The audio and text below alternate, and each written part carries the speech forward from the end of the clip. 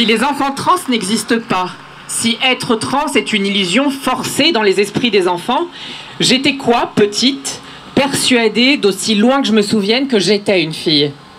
Est-ce qu'aujourd'hui je suis tellement sous influence que j'ai inventé ces souvenirs?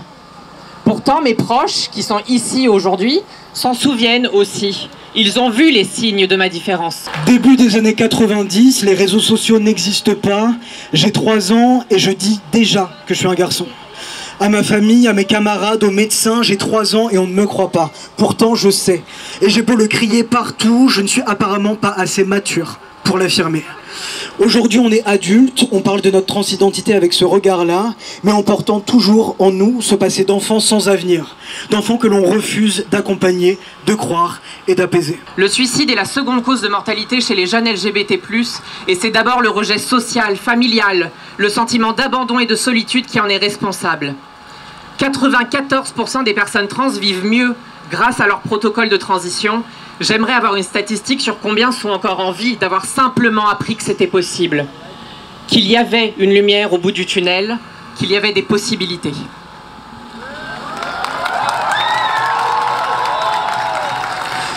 Aujourd'hui, il est de notre devoir de construire un futur qui prévient ce scandale social, qui traite ce taux alarmant de suicide comme ce qu'il est, à savoir un problème de santé publique.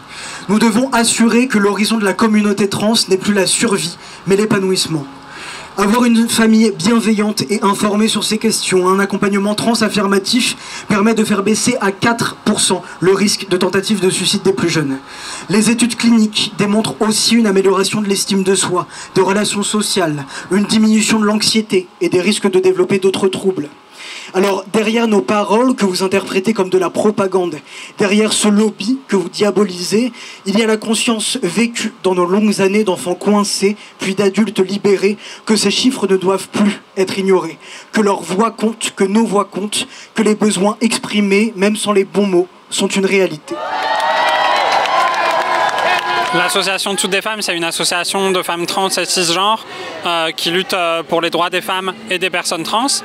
Et aujourd'hui, on pense que cette offensive transphobe, c'est d'abord le résultat du lobbying de groupes qui viennent de la Manif pour tous, qui viennent des mêmes groupes qui se sont opposés au mariage pour tous, qui se sont opposés à la PMA, qui se sont opposés à la constitutionnalisation de l'IVG. Donc c'est d'abord le résultat de 3 à 4 ans de travail de lobbying acharné de ces groupes-là, auprès de la droite et de l'extrême droite, dont ils font maintenant complètement partie, et qui aboutit aujourd'hui à cette proposition de loi au Sénat. C'est une tentative de faire reculer nos droits, mais c'est surtout une tentative de nous empêcher de parler des discriminations qu'on subit déjà, des violences qu'on subit déjà, et de comment on pourrait les faire reculer. Aujourd'hui, ce dont on a besoin, c'est de nouveaux droits, c'est qu'on parle de comment on fait pour que les personnes trans elles aient accès à un logement, qu'elles aient accès à un emploi sans se prendre de la violence transphobe, en plus de la violence qu'on se prend déjà tous les jours dans cette société, à cause de leur papier par exemple, à cause de leur sexe sur la carte d'identité qui n'est pas celui conforme au genre dans lequel elles vivent.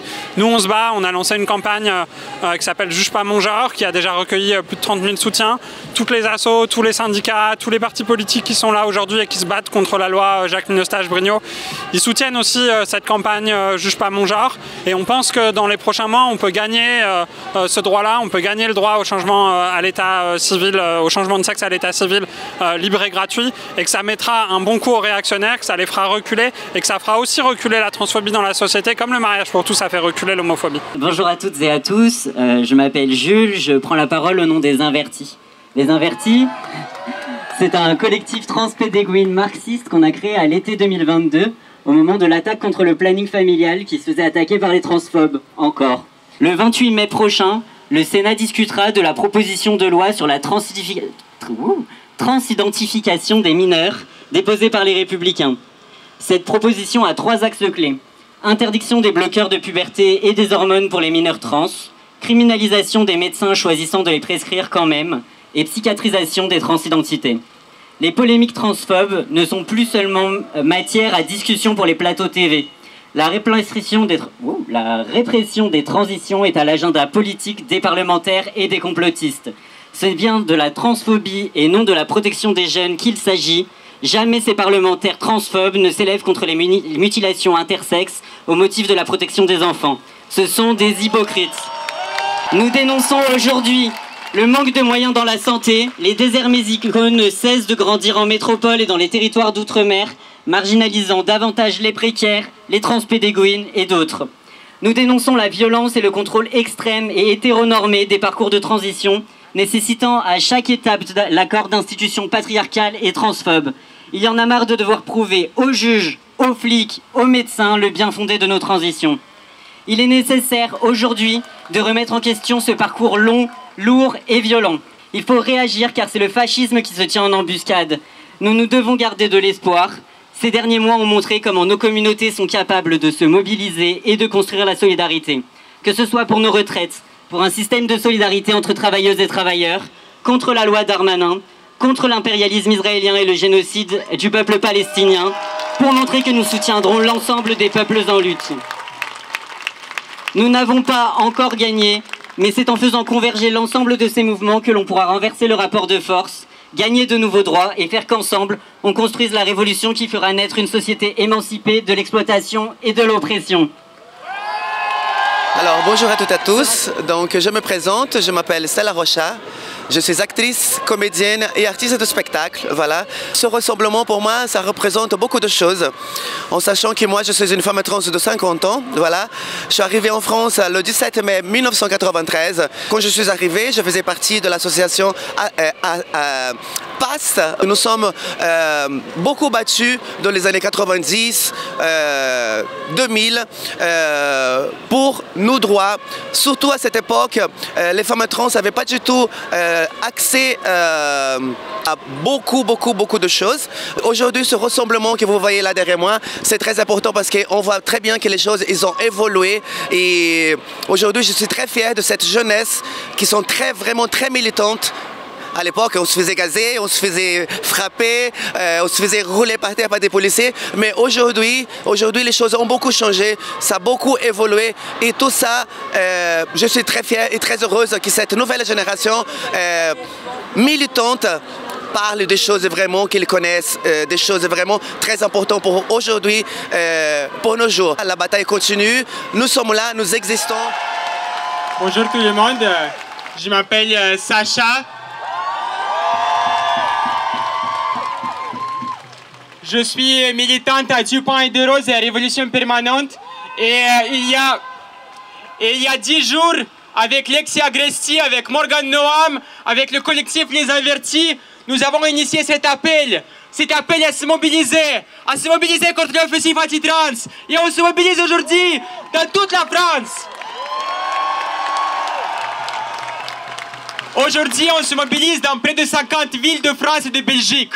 Et moi, dans toute mon expérience de militante, je n'ai jamais vu ça. Ce qu'on est en train de faire, c'est historique. J'ai des gens qui m'écrivent ces derniers jours depuis le Canada, depuis les États-Unis, depuis toute l'Europe, pour savoir qu'est-ce qui se passe en France. Et vous savez qu'est-ce qui se passe en France? C'est parce qu'aujourd'hui, quand on se mobilise ce week-end de toute la France, on envoie un puissant signal au monde entier. On envoie un puissant signal aux trans du monde entier que non.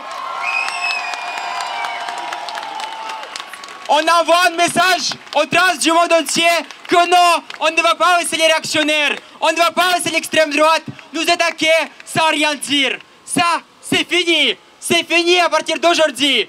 Nous allons nous mobiliser et nous allons nous battre contre leur offensive. Je ne vais permettre à personne de la gauche, jamais dire que la lutte pour les droits LGBT, c'est une question secondaire, que c'est une question qui est polarisante, que c'est une question qui divise.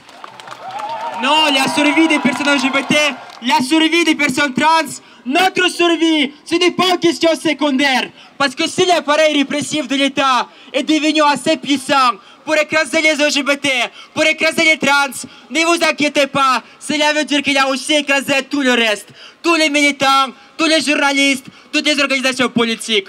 Donc le combat pour nos droits, le combat pour les droits trans, il concerne tout le monde. Bonjour, c'est Mimi et je suis présidente de l'association Acceptez T. Et aujourd'hui, je voudrais m'exprimer sur ce qui s'est passé en France.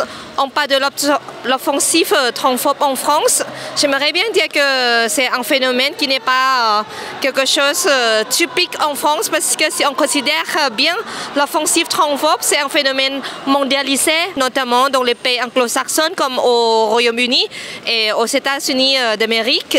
Et c'est pour ça que pour combattre l'offensive transphobe, déjà il faut se mettre en ensemble de toutes les personnes trans partout dans le monde qui se battent et qui résistent à ce dispositif vraiment transphobe, et surtout en France, ce qu'on voit aujourd'hui avec le Sénat qui essaie de voter une loi qui voudrait interdire le changement d'état civil et même la transition médicale et sociale chez les mineurs jusqu'à 25 ans. Ce qu'il veut essayer de faire, c'est quelque chose qui est inadmissible.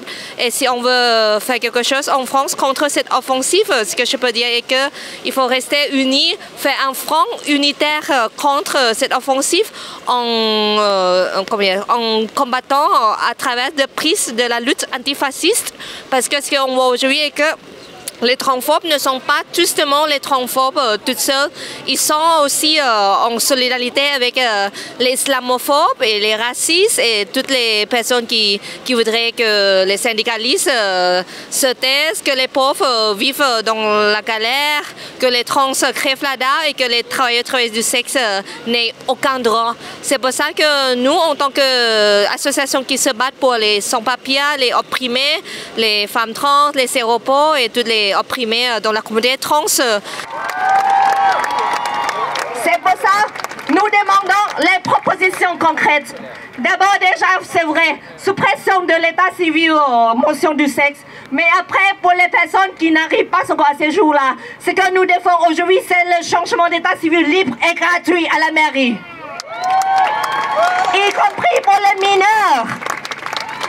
Parce que vous connaissez bien, le problème c'est la transphobie. C'est qu'on se fait harceler, qu'on se fait insulter, on se fait taper, agresser à l'école, dans la rue et tout ça. Et il n'y a aucun droit. La police qui ne nous écoute pas parce qu'ils nous regardent comme si on n'était pas la bonne personne sur le papier.